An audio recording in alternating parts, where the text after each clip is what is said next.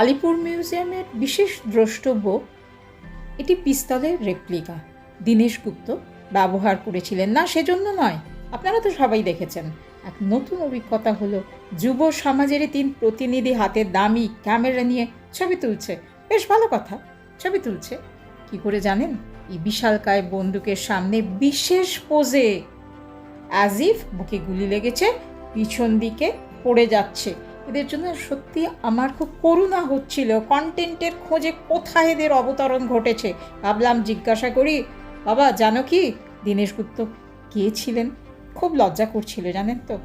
যে শক্ত মাটি, যে খোলা আকাশের নিচে আমরা শ্বাস নিচ্ছি, দাঁড়িয়ে আছি, তা এই তরুণ শহীদদের রক্তের বিনিময়ে।